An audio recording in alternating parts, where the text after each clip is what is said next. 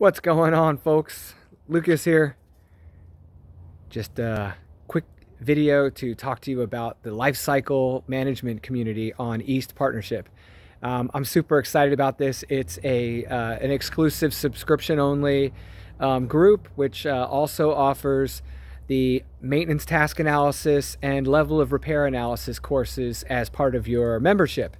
In addition to those two courses, you get a common community practice page where we can discuss topics related to life cycle management.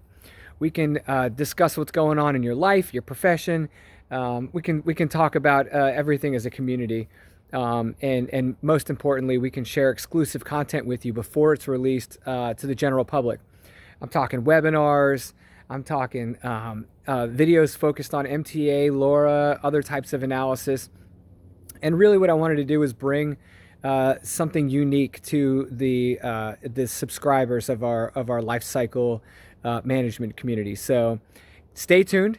I'm excited for you. Visit eastpartnership.org if you're interested. If you're already a member of the community or you're already a member of East Partnership, thank you so much for being with us and choosing us.